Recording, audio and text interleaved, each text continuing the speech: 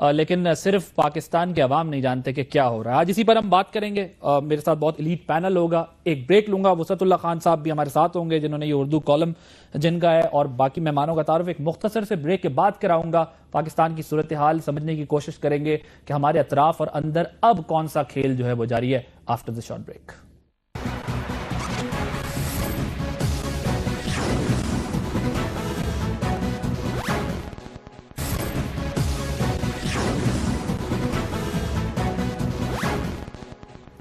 Programme میں خوش آمدید ناظرین. اپنے مہمانوں کا آپ سے تعارف کرا دوں. ہمارے ساتھ موجود ہیں آغا مرتضی پویا صاحب, ریلیجس اسکالر ہیں, سینئر اینالسٹ ہیں. بہت شکریہ آغا صاحب اپنا وقت دینے کے لیے. فارمر ایگزیکٹو ڈائریکٹر بھی رہے انسٹیٹیوٹ آف اسٹریٹجک اسٹڈیز کے. شاہد حسن صدیقی صاحب ماہر معاشیات ہیں, کسی تعارف کے محتاج نہیں. بہت شکریہ شاہد حسن صاحب اپنا قیمتی وقت دینے کے لیے. ہم سمجھیں گے کہ ہماری معیشت میں اتنے اچھے دن جو آ رہے ہیں اس کی کیا وجوہات ہیں, ڈالر کیوں اوپر نیچے آوے جاوے ہے. وسعت اللہ خان صاحب سینئر اینالسٹ ہیں, کالمسٹ ہیں, BBC اردو سے وابستہ ہیں. بہت شکریہ وسعت اللہ خان صاحب آپ کا بھی اپنا وقت دینے کے لیے.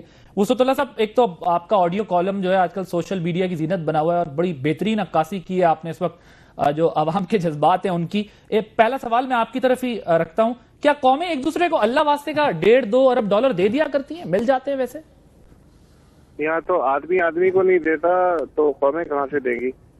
لیکن ہم چونکہ جذباتی لوگ ہیں, ہم سمجھتے ہیں کہ جیسی یاری 2 لوگوں میں ہوتی ہے اسی طرح یاری 2 ملکوں میں بھی ہوتی ہے. حالانکہ مفادات کا سارا کھیل ہوتا ہے اور اس کو خوشنما نعروں میں اور پردوں میں اور آئیڈیالوجی میں سجا دیا جاتا ہے, لیکن بیسیکلی تو مفادات کا کھیل ہوتا ہے. آج کے جو دوست ہیں کل کے دشمن ہوتے ہیں, دشمن کے دشمن آپ کے دوست ہوتے ہیں, پھر پرائرٹیز بدل جاتی ہیں تو دوست بھی بدل جاتے ہیں. ایران ہمارا ٹیکسٹ بک پہ بچپن میں ہمیں پڑھایا جاتا تھا کہ سب سے قریب ترین دوست ہے, یکجان 2 غالب ہیں. آج دیکھیں ایران کے ساتھ کیا ہے. چین جس کے ساتھ ہماری کوئی ثقافت نہیں ملتی, وہ ہمارا جو ہے یار جانی ہے. ہمالیہ سے بلند اور پہاڑ سمندروں سے گہری دوستی کہی جاتی ہے.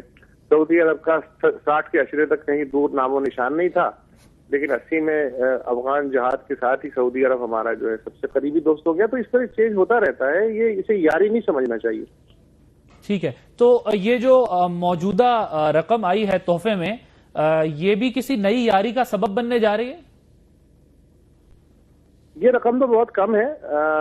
اگر آپ پچھلے 66 سال کو دیکھیں تو جس کو آپ لوگ سب سے زیادہ گالیاں دیتے ہیں امریکہ, اسی نے آپ کو سب سے زیادہ پیسے دیے ہیں, اس کا کوئی ذکر نہیں کرتا. اور میں نے جیسا کہ پہلے عرض کیا کہ یہاں تو ایک بھائی دوسرے بھائی کو بغیر پوچھے ہوئے کہ بھئی میں کیوں دے رہا ہوں پیسے اور تو کیوں لے رہا ہے نہیں دیتا, تو 1.5 ارب ڈالر تو بہت بڑی رقم ہوتی ہے. لیکن پھر ہمارا مسئلہ وہی ہے بنی اسرائیلیوں والا کا کہ نہ دے امداد تب بھی ہم روتے ہیں, جب کوئی امداد دے ہم تب بھی روتے ہیں. تو سر ہم نے خدمات بھی تو دی ہیں, محض امریکی گندم پر ہم جو ہے وہ شکر گزار تو نہیں ہو سکتے. ہم نے اس سے بڑھ کر خدمات دی ہیں, اپنی سرزمین دی ہے, اپنے اختیارات دیے ہیں, اپنے معاملات دیے ہیں. تو گندم کے بدلے ہم نے بھی کافی کچھ دیا ہے انہیں. نہیں, ظاہر ہے ساہوکار جب کوئی رقم دے گا تو وہ تو سود مرکب کے ساتھ وصول کرے گا نا, وہ تو بوٹی کا بکرا مانگے گا آپ سے. ٹھیک, تو کوئی ایسے تو خواہ تو امداد نہیں کرتا نا. اللہ واسطے کہ کوئی ملک مجھے تاریخ میں بتا دیں جو عبدالستار عیدی ہو. بالکل ٹھیک ہے. آغا صاحب, یہ جو پیسے آ رہے ہیں مزید آئیں گے, ہم خوش ہوں, فکر مند ہوں, اللہ واسطے کے ہیں یا واقعی کوئی سچی یاری کسی نے نبھائی ہے؟ بسم ربی شہداء والصدیقین, الحمدللہ رب العالمین, والصلاة والسلام علی اشرف الانبیاء والمرسلین سیدنا محمد وآلہ وصحبہ المنتجبین. عباسی صاحب, بات یہ ہے کہ اب پتہ نہیں رقم آئی ہے, آنے والی ہے, یا پتہ نہیں کیا ہونے والا ہے. اللہ پہ ایک وزیر کہتا ہے کہ کوئی رقم نہیں آئی, ایک کہتا آ چکی ہے. خیر, جہاں تک ہمارے دوست نے یہ بات صحیح کہی, یہ رقم کی کوئی اہمیت ہی کوئی نہیں ہے. 1.5 بلین یا 2.5 بلین ڈالر کی کوئی اہمیت نہیں ہے دوستیوں میں اور ایک دوسرے کے مفادات کے تحفظ کے لیے. آل سعود جو ہیں وہ پاکستان کو اس وقت کم سے کم 5 ٹریلین ڈالرز مقروض ہیں. کتنا؟ 5 ٹریلین ڈالر. 5 ٹریلین ڈالرز مقروض ہیں, جتنا نقصان ان نے پاکستان کو پہنچایا. 65 سال جیسے انہیں تو ڈسکاؤنٹ کر دیا 35 سال میں جو کیا ہمارے ساتھ, مگر جو پچھلے 35 سال میں جو پاکستان کو نقصان پہنچایا افغان جہاد کے آڑ میں کتنا نقصان پہنچایا، اسی کا اگر اسی کا کفارہ وہ ادا کریں تو $5 ٹریلین بنتے ہیں. تو ہمیں اس پہ خوش ہونے کی ضرورت نہیں. مجھے یاد یہ آ رہا ہے تاریخی لحاظ سے، ہم چلے گئے ہیں 1952 میں. 1952 میں پوزیشن یہ تھی کہ جتنے پیلس گارڈز تھے آل سعود کے وہ سب مصری تھے، اور وہاں پہ کو ہو گیا، ناصر آ گیا. وہ پریشان ہو گئے کہ اب ان مصریوں کو تو ہم نے نکالنا ہوگا. نکال کر پاکستان نے پھر گارڈز فراہم کیے، ان کے پرسنل گارڈ جتنے تھے سلطنت کے وہ پاکستان بن گیا ان کے گارڈ. مگر جتنا نقصان پاکستان کو پہنچایا، کیسے افغانستان کے آڑ میں ہم سے افغانستان چھین کر ہندوستان کے گود میں ڈالا، یہ آل سعود نے کیا. اچھا، یہ پھر وسعت اللہ خان صاحب نے جو اپنی کالمز کے ذریعے یا اپنے جذبات کی عکاسی کی عوام کی، تو پھر ہم بخشو کا کردار تو ہم پر پھر نہیں کر لیے. جتنے ہمارے حکمران تھے کسی نہ کسی مجبوری میں، کسی کوئی شوق سے یہ بخشو کا کردار ادا کرتے رہے. مگر اب وقت آ گیا ہے کہ یہ کردار اب پاکستان کو سوٹ نہیں کرتا ہے. اب ہم اپنا ایک مقتدر اسلامی پاکستان کی کوشاں ہیں، اور وہ ہم اپنی زندگیوں میں چند مہینوں میں آپ دیکھ لیں گے مقتدر اسلامی پاکستان انشاءاللہ. ابھی پروگرام کے اگلے حصے میں جو ہے وہ اس طرح بھی بات کریں گے. ظاہر ہوپ جو ہے وہ رہنی چاہیے، لیکن جو اقدامات کیے جا رہے ہیں ان سے ہوپ رکھیں یا پھر کچھ اور ہونے والا ہے. ڈاکٹر صاحب ذرا آپ کی طرف آتا ہوں. کیسے یہ ڈالر جو ہے وہ 99 اور 102 اور 103 کے اوپر نیچے جا رہا ہے؟ ذرا سمجھا دیں اس ملک میں کیا کچھ ایسا ہو گیا ہے جس کی وجہ سے 110 اور 11 کا ڈالر اتنی سرعت سے نیچے آیا ہے، اور اس کے بعد اس میں بھی تبدیلی بھی ابھی جاری ہے. دیکھیے، یہ پاکستان کی تاریخ میں پہلی دفعہ ہوا کہ IMF سے ایک بڑی رقم کا قرضہ ملنے کے بعد پاکستان کے روپے کی قدر بھی گری اور پاکستان کے ریزروز بھی گرے. اس سے پہلے کبھی نہیں ہوا تھا. اسحاق ڈار صاحب کا بیان ریکارڈ پر موجود ہے کہ یہ IMF نے قرضہ ہمیں امریکہ اور یورپین یونین کی سفارش پر دیا ہے. تو یہ جو کچھ ہوا ہے یہ امریکی حکمت عملی کے تحت ہے. جو اس خطے میں گریٹ گیم جاری ہے یہ اس کا حصہ ہے، اور پہلا سٹہ کر کے روپے کی قدر کو ضرورت سے زیادہ گرایا گیا. اس سے لوگوں نے بہت زیادہ دولت لوٹی.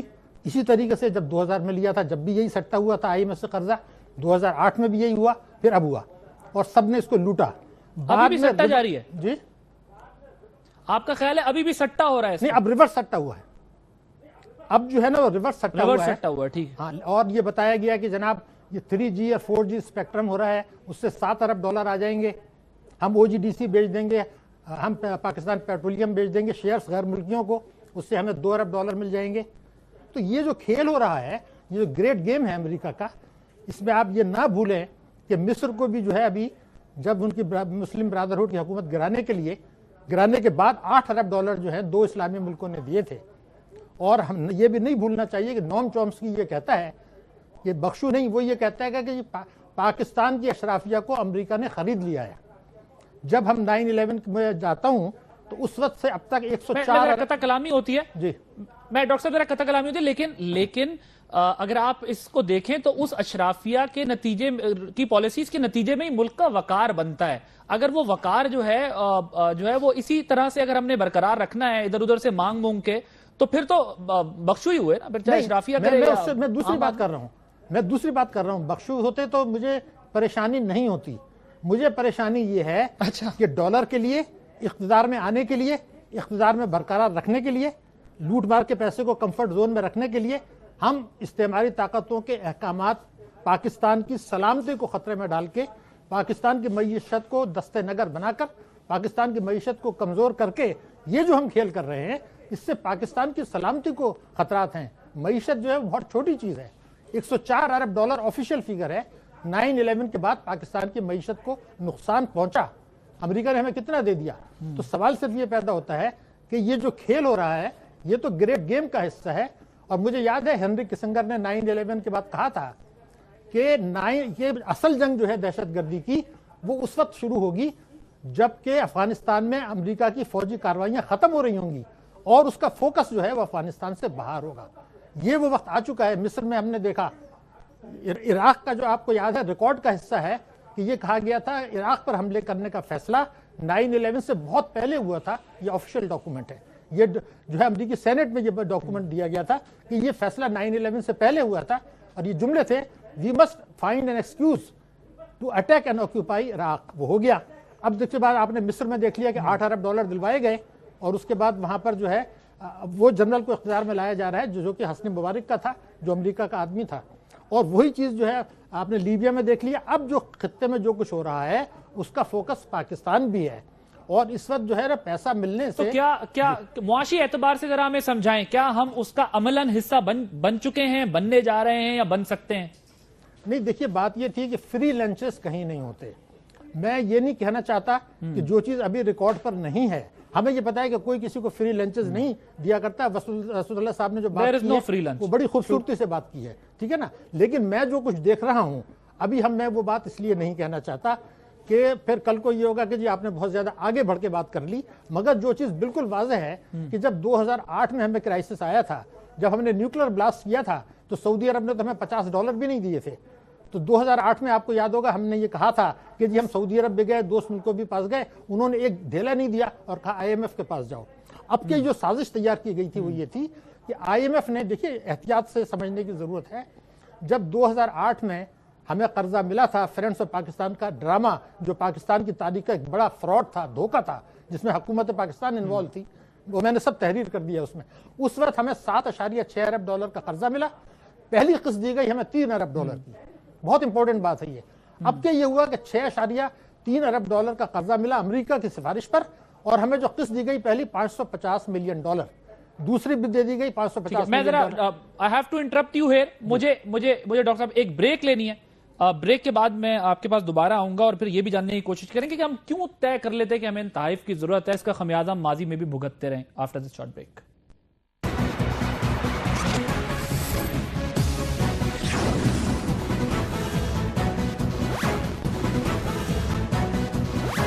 بیک۔ وسعت اللہ خان صاحب، یہ بتائیے گا کہ باوجود اس کے کہ ہم نے ماضی میں بہت اس کا خمیازہ بھی بھگتا ہے، مگر پھر بھی ہماری پالیسیز میں کوئی بڑی تبدیلی کیوں نہیں دکھائی دیتی؟ دیکھیں، ایک بات جو ہے وہ سمجھنے کی ہے، بہت ہی بنیادی بات ہے کہ اس دنیا میں جس طرح آپ اکیلے دھونی رما کے خانقاہ جنگل میں بنا کے انسان نہیں رہ سکتا، اسی طرح ممالک بھی آئسولیشن میں نہیں رہ سکتے، انہیں انٹرنیشنل برادری میں رہنا ہے۔ کچھ لو اور کچھ دو کے تحت یہ دنیا چل رہی ہے۔ ظاہر ہے کہ کوئی ملک امریکہ تک بھی مکمل ساورن نہیں ہے، اس کو بھی آگے پیچھے دیکھ کے اپنی پالیسی بنانی پڑتی ہے۔ تو ہم جو بین الاقوامی تالاب میں رہ رہے ہیں تو ہمیں مگرمچھوں کے درمیان بھی رہنا ہے، مچھلیوں کے درمیان بھی اور کچھووں کے درمیان بھی۔ اب دیکھنے کی بات یہ ہے کہ آپ کس طرح سروائیو کرتے ہیں۔ کیا آپ بالکل اوندے لیٹ کے سروائیو کرتے ہیں؟ کیا آپ گھٹنوں کے بل بیٹھ کے سروائیو کرتے ہیں، یا کھڑے ہو کے اپنی جو انا ہے اس کو انٹیکٹ رکھتے ہوئے اپنی بھی ضرورت پوری کرتے ہیں اور باقی ممالک ہیں ان کے لیے بھی ایک ایسٹ ثابت ہوتے ہیں؟ تو ایک بیلنس قائم کرنے کی ضرورت ہے۔ یہ نہیں ہے کہ ایک دم یو ٹرن لے لیں آپ پالیسی میں، یہ پاسبل نہیں ہوتا، اس سے ملک تباہ ہو جاتے ہیں۔ بس یہ ہے کہ آہستہ آہستہ آپ کو سب سے پہلے اپنی پرائرٹیز دیکھنی پڑتی ہیں۔ جب تک آپ فورن پالیسی میں خود غرض نہیں ہوں گے تب تک آپ سروائیو نہیں کر سکتے اس دنیا میں، اور وہ خود غرضی پازیٹیو ہونی چاہیے، نیگیٹو نہیں ہونی چاہیے۔ ٹھیک ہے، فورن پالیسی میں ہم خود مختار کیسے ہو سکتے ہیں؟ مطلب پہلے تو ہم کہتے ہیں کہ یہاں پر جو حکومتیں کہتی ہیں ہم فورن پالیسی بناتے ہیں، پہلے اندر ہی اتنا دباؤ ہوتا ہے، پھر باہر والے معاملے تو بڑی دور کی بات ہوتی ہے، جہاں وزیروں کی کارکردگی اس بات سے جانچی جاتی ہو کہ جناب کون کس ملک سے کتنا قرضہ لا سکتا ہے، چاہے وہ گیس کے لیے، چاہے وہ کسی اور منصوبے کے لیے، کسی اور لائسنس کے لیے، وہاں پر آپ کیسے خود مختار فورن پالیسی بنا سکتے ہیں؟ تو آپ نے تو اپنے سوال میں خود ہی جواب بھی دے دیا کہ وہ کیسے خود مختار ہو سکتے ہیں اس سچویشن میں۔ ظاہر ہے کہ پہلے اپنے گھر کو ٹھیک کرنا ہوگا۔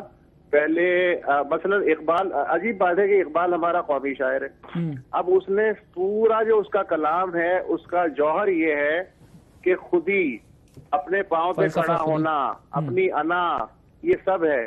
ہم اس کا دن بھی مناتے ہیں، لیکن وہ اقبال کو ہم فورن پالیسی پہ اپلائی نہیں کرتے، تو اقبال کو اپلائی کرنا شروع کرتے ہیں، ٹھیک ہو جائے گا سارا معاملہ۔ ٹھیک ہے، لیکن وہ خود ہی تھا، ہم خود ہی ہر کام کرنے کی کوشش کر رہے ہوتے ہیں، تو وہ اس وجہ سے بھی شاید مسئلہ پیدا، اصل میں خود ہی کو ہم خود ہی سمجھ لیتے ہیں اور خود ہی سمجھانے کی کوشش بھی کرتے ہیں۔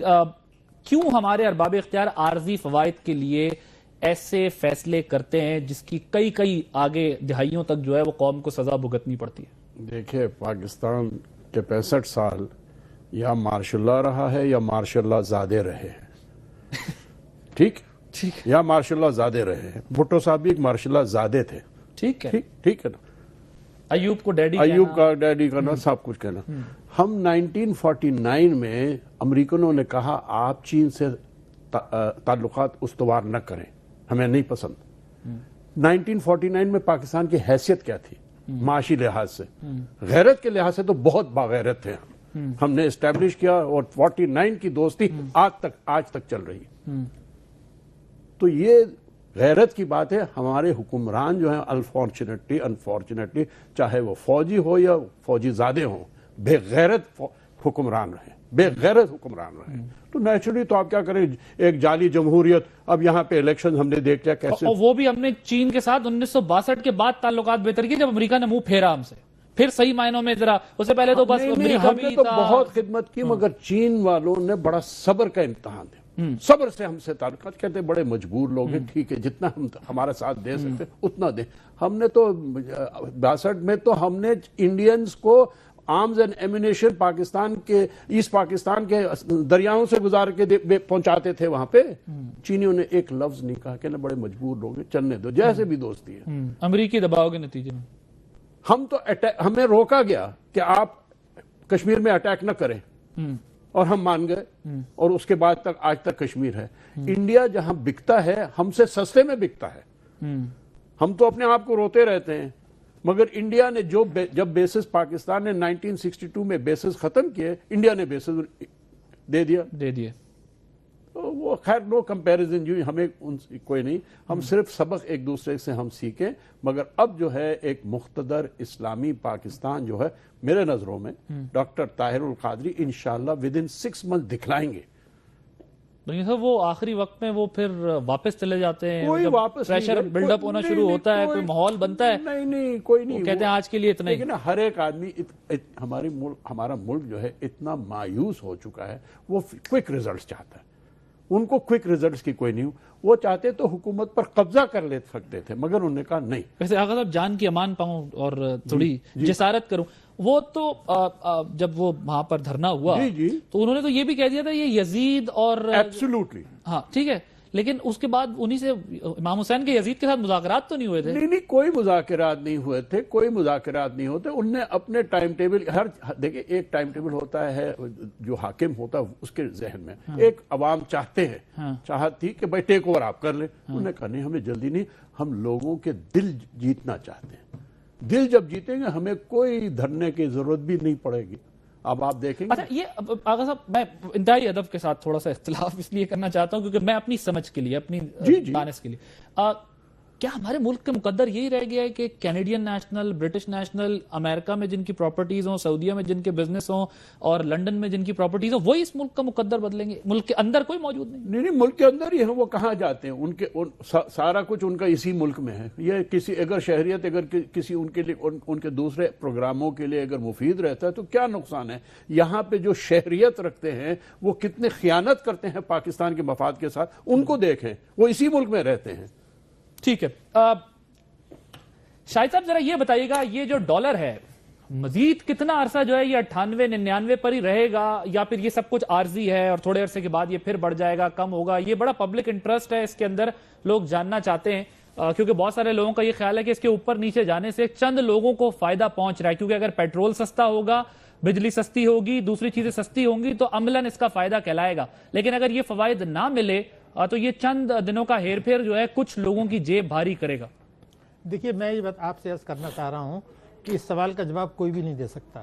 اس کی وجہ یہ ہے کہ اگر جیسے مسلم لیگ نون کا منشور آپ دیکھ لیجئے، اس میں یہ لکھا تھا کہ ہم لاس شوئنگ جو اینٹیٹیز ہیں ان کو پرائیویٹائز کریں گے، نمبر 1۔ بہت عام بات بتا رہا ہوں آپ کو میں، جو نقصان میں چل رہے ہیں ان کو، جیسے پاکستان اسٹیل، ان کو ہم پرائیویٹائز کریں گے۔ اس میں یہ تھا کہ پروفیٹیبل جو یونٹس ہیں ان کو ہم نہیں بیچیں گے، نمبر 1۔